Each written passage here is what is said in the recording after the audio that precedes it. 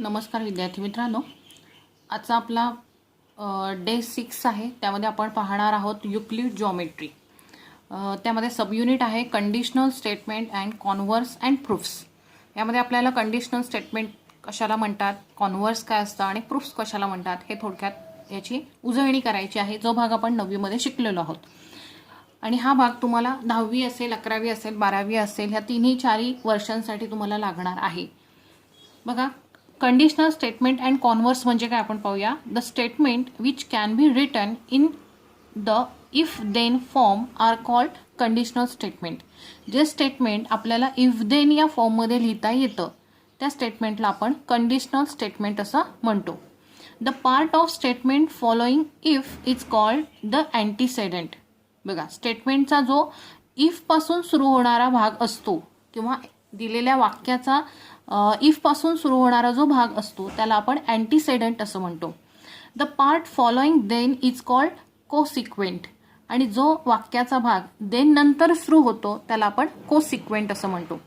For example पहा, the diagonals of a rhombus are perpendicular bisectors of each other. हे तुम्हाला example दिलेलं आहे. आता याचं आपल्याला कंडिशनल स्टेटमेंट बनवायचं आहे आणि त्यानंतर त्याचं आपण अँटीसेडंट आणि कोसिक्वेंट म्हणजे काय तेही भाग आपण बघूया. आता दिलेलं वाक्य आपल्याला कंडिशनल स्टेटमेंटमध्ये लिहायचं आहे, म्हणजेच इफ देन या फॉर्ममध्ये लिहायचं आहे. बघा, सेंटेन्स काय दिलंय, the diagonals of a rhombus are perpendicular bisectors of each other. म्हणजे रोम्बसचे जे डायगोनल्स असतात ते परस्परांशी परपेंडिक्युलर बायसेक्टर्स असतात. आता याचं कंडिशनल स्टेटमेंट काय होईल, if a quadrilateral is a rhombus. जर दिलेला क्वाड्रिलॅटरल हा रोम्बस असेल, then its diagonals are perpendicular bisectors of each other. तर त्याचे डायगोनल्स हे एकमेकांचे परपेंडिक्युलर बायसेक्टर्स असतात. बघा, दिलेलंच वाक्य फक्त इफ आणि देन या फॉर्ममध्ये लिहिण्याला आपण कंडिशनल स्टेटमेंट असं म्हणतो. म्हणजे दिलेल्या वाक्याचे आपण दोन भाग करून लिहितो, जर आणि तर स्वरूपामध्ये, त्याला म्हणायचं आहे कंडिशनल स्टेटमेंट. आता हे जे स्टेटमेंट आहे हे स्टेटमेंट आपण उलटं लिहिलं की त्यालाच आपण कॉन्व्हर्स असं म्हणतो, त्याला आपण व्यत्यास असं म्हणतो. ते कसं लिहिलं जातं, if diagonals of a quadrilateral are perpendicular bisectors of each other then it is a rhombus. बघा काय म्हटलंय त्यांनी, सुरुवातीला दिलेलं होतं आपल्याला कंडिशनल स्टेटमेंटमध्ये, if a quadrilateral is a rhombus. जर दिलेला क्वाड्रिलॅटरल हा रोम्बस असेल तर त्याचे डायगोनल्स हे एकमेकांशी परपेंडिक्युलर बायसेक्टर्स असतात. तर याच्यात दिलंय आपल्याला, जर दिलेल्या क्वाड्रिलॅटरलचे डायगोनल्स हे परपेंडिक्युलर बायसेक्टर असतील तर तो रोम्बस असतो. बघा, पूर्णतः उलटा आहे की नाही, की ह्याच्यामध्ये जो सुरुवातीचा भाग आहे तो यांनी कॉन्व्हर्समध्ये शेवटी लिहिलाय आणि जो ह्याच्यामध्ये कंडिशनल स्टेटमेंटमध्ये जो शेवटचा भाग आहे, देन नंतरचा भाग आहे, तो आपण कॉन्व्हर्समध्ये पहिल्यांदा लिहितो. मग या प्रकारे कॉन्व्हर्स आणि कंडिशनल स्टेटमेंट लिहिलं जातं. आता नेक्स्ट टॉपिक आहे त्याच्यातला प्रूफ म्हणजे काय. प्रूफ कशाला म्हणतात, a property is suppose to be true if can be proved logically. जर एखादी प्रॉपर्टी, एखादा गुणधर्म आपल्याला दिलेला असेल तर तो प्रूव्ह करण्यासाठी आपण प्रूफचा वापर करतो. It is then called a theorem. आणि ते जे आपण प्रूफ लिहितो त्यालाच आपण थेरम असं म्हणतो. The logical argument made to prove a theorem is called its proof. म्हणजे एखादा लॉजिकल आर्ग्युमेंट असेल किंवा स्टेटमेंट असेल, वाक्य असेल, ते प्रूव्ह करण्यासाठी आपण जे थेरम लिहितो त्यालाच आपण प्रूफ असं म्हणतो. Then properties proved logically are called theorems. दिलेली जी प्रॉपर्टी आहे ती लॉजिकली प्रूव्ह करण्यालाच आपण थेरम्स असं म्हणतो.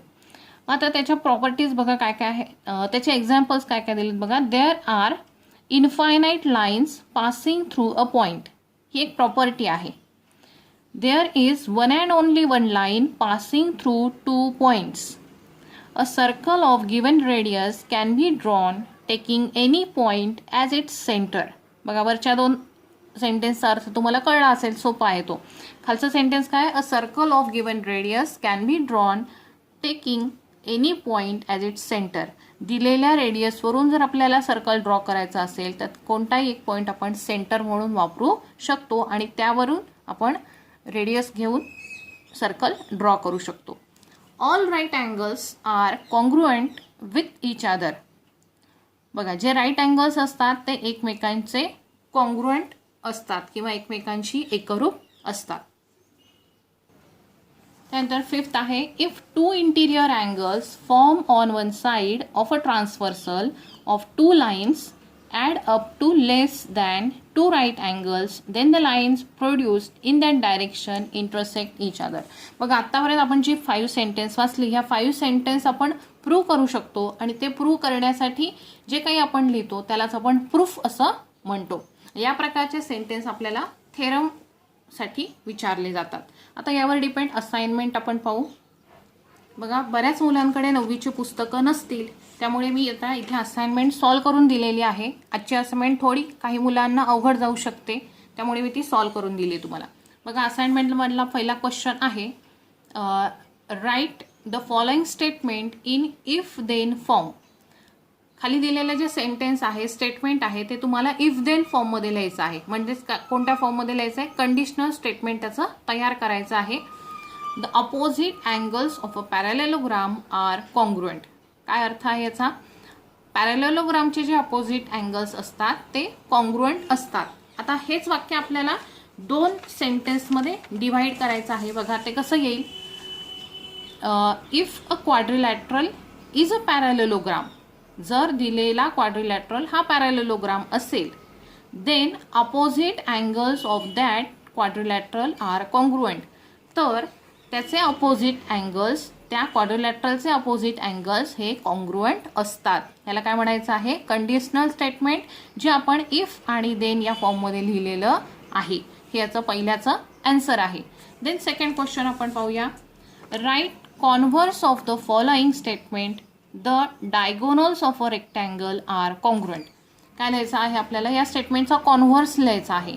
स्टेटमेंट काय आहे, the diagonals of a rectangle are congruent, की रेक्टँगलचे जे डायगोनल्स असतात ते कॉन्ग्रुएंट असतात, म्हणजे एकरूप असतात. रेक्टँगल आपल्याला माहिती आहे, आयतामध्ये काढलेले जे कर्ण आहेत, डायगोनल्स आहेत, ते एकरूप असतात.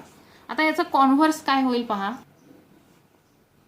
If the diagonal of a quadrilateral are congruent. काय म्हटलंय, if a diagonal of a quadrilateral are congruent. Quadrilateral कोणता आहे सांगितलंय का, नाही. क्वाड्रिलॅटरल म्हणजे काय, ज्याला 4 बाजू असतात, ज्याला साइड्स 4 साइड्स असतात, अशा प्रकारची फिगर किंवा अशा प्रकारचा शेप की ज्याला 4 साइड्स आहेत. मग असा एक क्वाड्रिलॅटरल आहे की ज्याचे डायगोनल्स कॉन्ग्रुएंट आहेत, then that quadrilateral is rectangle. तर तो क्वाड्रिलॅटरल काय असू शकेल, तर तो रेक्टँगल असणार आहे. याला म्हणायचं आहे कॉन्व्हर्स. मग आता थर्ड क्वेश्चन आहे, राईट द अँटीसेडंट म्हणजेच गिव्हन पार्ट अँड द कोसिक्वेंट म्हणजेच part to be proved in the following statement. खाली तुम्हाला एक स्टेटमेंट दिलेला आहे आणि त्याचा अँटीसेडंट आणि कोसिक्वेंट कोणता आहे हे ओळखायचं आहे. बघा दिलेल्या वाक्याचे 2 भाग होतात. मगाशीच मला सांगितलंय, इफ आणि देन या फॉर्ममध्ये त्याला आपण कंडिशनल स्टेटमेंट म्हणतो. मग इफ पासून जो भाग चालू होतो त्याला अँटीसेडंट म्हणतात, म्हणजेच त्याला गिव्हन पार्ट, की आपल्याला जो भाग प्रश्न सोडवण्यासाठी दिलेला असतो तो भाग असतो तो. आणि देन नंतर जे सेंटेन्स असतं त्याला आपण कोसिक्वेंट म्हणतो. तो भाग आपल्याला दिलेला असतो पण तो आपल्याला प्रूव्ह करून दाखवायचा असतो थेरमच्या आधारे. मग आता ह्या सेंटेन्समध्ये अँटीसेडंट आणि कोसिक्वेंट कोणते आहेत, if all sides of a triangle are congruent then its all angles are congruent. बघा वाक्य वाचल्यानंतर 2 मिनिटं विचार करून बघा, येत्या लक्षामध्ये अँटीसेडंट कशाला म्हणायचं आहे, तर इफ नंतर येणारं वाक्य. म्हणजे तुम्हाला अँटीसेडंटमध्ये एवढंच लिहायचं आहे, इफ हा शब्द लिहायचा नाही. अँटीसेडंट असं नाव लिहा, त्याच्या पुढे डॅश करून लिहा, all sides of a triangle are congruent. Then, आता देनच्या नंतरचा जो भाग आहे, its all angles are congruent, हे कशामध्ये येणार आहे, कोसिक्वेंटमध्ये येणार आहे. म्हणजे पार्ट टू बी प्रूव्ह, हा पार्ट आपल्याला प्रूव्ह करायचा असतो with the help of theorem, थेरमचा आधार घेऊन. मग या प्रकारे हा प्रश्न तुमचा पूर्ण होईल. आता लास्ट क्वेश्चन दिलेला आहे बघा, draw a label figure showing information in each of the following statement and write the antecedent and the consequent. खाली तुम्हाला एक स्टेटमेंट दिलेला आहे, त्या स्टेटमेंटवरून तुम्हाला एक फिगर ड्रॉ करायची आणि त्या फिगरवरून तुम्हाला त्या स्टेटमेंटवरून तुम्हाला अँटीसेडंट आणि कोसिक्वेंट हे भाग लिहायचे आहेत, जसं आपण ह्या थर्ड क्वेश्चनमध्ये लिहिलं. बघा फर्स्ट क्वेश्चन दिला याच्यामध्ये, 2 इक्विलॅटरल ट्रायंगल्स आर सिमिलर. आता इथे तुम्हाला एक स्टेटमेंट दिलं आहे, पण ते कंडिशनल स्टेटमेंट नाही आहे. मग त्याचं तुम्हाला कंडिशनल स्टेटमेंट बनवावं लागेल, म्हणजेच इफ आणि देन वापरून हे तुम्हाला पुन्हा लिहावं लागेल. मग ते कसं लिहिता येईल बघा. सेंटेन्स काय होतं, 2 इक्विलॅटरल ट्रायंगल्स आर सिमिलर. जर दोन इक्विलॅटरल दिलेले दोन ट्रायंगल्स इक्विलॅटरल असतील तर ते सिमिलर असतात. यासाठी काय उत्तर लिहिता येईल बघा. त्याच्यासाठी आधी स्टेटमेंट आपण लिहून घ्यायचं आहे. इफ आणि देन मध्ये कंडिशनल स्टेटमेंट तयार करायचं आहे. If 2 triangles are equilateral then triangles are similar. जर दिलेले दोन ट्रायंगल इक्विलॅटरल असतील तर ते ट्रायंगल सिमिलर असतात. बरोबर आहे. जर दोन्ही दिलेले ट्रायंगल इक्विलॅटरल असतील असे तर ते दोन्ही कसे असणार आहेत, सिमिलर असणार आहेत. सो आता त्यांनी आपल्याला फिगर ड्रॉ करायला सांगितली आहे. सो आपण फिगर ड्रॉ करायची आहे. XYZ आणि LMN हे दोन इक्विलॅटरल ट्रायंगल आहेत. इक्विलॅटरल याचा अर्थ काय होतो की दिलेल्या ट्रायंगलच्या तीनही साइड्स इक्वल मेजर्सच्या असतील, इक्वल लेंथच्या असतील, त्याला आपण म्हणतो इक्विलॅटरल ट्रायंगल. सो इथं XY, YZ आणि XZ तिन्ही सारख्याच लांबीच्या आहेत. सो हा इक्विलॅटरल ट्रायंगल आहे. LMN सुद्धा इक्विलॅटरल ट्रायंगल आहे. फिगर आपली झाली. आता त्यावरून आपल्याला अँटीसेडंट आणि कोसिक्वेंट भाग लिहायचा आहे. तो आपण या प्रकारे चिन्हात लिहायचा आहे. अँटीसेडंटमध्ये काय म्हटलंय, इफ 2 ट्रायंगल्स आर इक्विलॅटरल. दिलेले दोन ट्रायंगल इक्विलॅटरल असतील तर. मग कोणते ट्रायंगल आहेत तर triangle XYZ and triangle LMN are equilateral triangle असं आपण लिहायचं आहे. देन सेकंड कोसिक्वेंट काय येईल त्यामध्ये, ट्रायंगल्स आर सिमिलर. ते ट्रायंगल्स कसे असतील, सिमिलर असतील. मग triangle XYZ and triangle LMN are similar triangles. या प्रकारे आपल्याला ते दाखवता येईल. इथे आपण चिन्हातही दाखवू शकतो. इथे triangle XYZ is similar to triangle LMN. हे सिमिलॅरिटीचं सिम्बॉल आहे. या प्रकारे क्वेश्चन 4 मधला फर्स्ट तुमचा कंप्लीट झाला. आता त्यामध्ये सेकंड काय आहे बघा. If angles in a linear pair are congruent. बघा लिनियर पेअरमध्ये असणारे जर अँगल्स कॉन्ग्रुएंट असतील then each of them is a right angle. तर त्यातला प्रत्येक अँगल हा राईट अँगल असतो. लिनियर पेअरमध्ये तयार झालेले अँगल जर कॉन्ग्रुएंट असतील तर प्रत्येक अँगल हा राईट अँगल असतो, म्हणजे 90 डिग्रीचा असतो. हे आपल्याला दिलेलं आहे. आता त्यावरून आपण फिगर ड्रॉ करू. बघा काय असेल त्याचं उत्तर. हे लिनियर पेअर अँगल्स मी दाखवलेले आहेत. PQR आणि PQS. एकाच सरळ रेषेवर असणाऱ्या अँगल्सला आपण लिनियर अँगल्स असं म्हणतो. ह्याच्या आधीच्या भागामध्ये आपण टाइप्स ऑफ अँगल शिकलेलो आहोत. जर लक्षात नसेल तर तो व्हिडिओ पुन्हा पुन्हा पहा. हा भाग अत्यंत महत्त्वाचा आहे आणि तुम्हाला पुढे ह्याच वर्षी नाही तर पुढे 2-3 वर्ष तुम्हाला हा भाग उपयोगात येणार आहे. बघा मग एकाच रेषेवर बनलेले दोन अँगल्स त्यांना आपण काय म्हणतो, लिनियर पेअर अँगल्स. आणि लिनियर पेअर अँगलची सम किती असते, 180 डिग्री असते. मग PQR आणि PQS इथे दोन्ही राईट अँगल्सचे सिम्बॉल दाखवलेले आहेत. म्हणजे हा 90 डिग्रीचा आहे, हा 90 डिग्रीचा आहे आणि दोघांची सम ही 180 डिग्री येणार आहे. ही आपण फिगर ड्रॉ केली. देन आता याचा अँटीसेडंट पार्ट काय येईल बघा. क्वेश्चन काय होता आपला, if 2 angles in a linear pair are congruent. 2 angles in a linear pair are congruent. मग आता 2 angles दाखवलेले आहेत. कोणते आहेत, angle PQR and angle PQS are in a linear pair. हे कुठले आहेत, लिनियर पेअर. एका सरळ रेषेवर असणारे हे दोन अँगल्स आहेत. एवढा भाग आपला सुरुवातीमध्ये येईल, इफ मध्ये येईल. सो त्याला आपण म्हणतो अँटीसेडंट.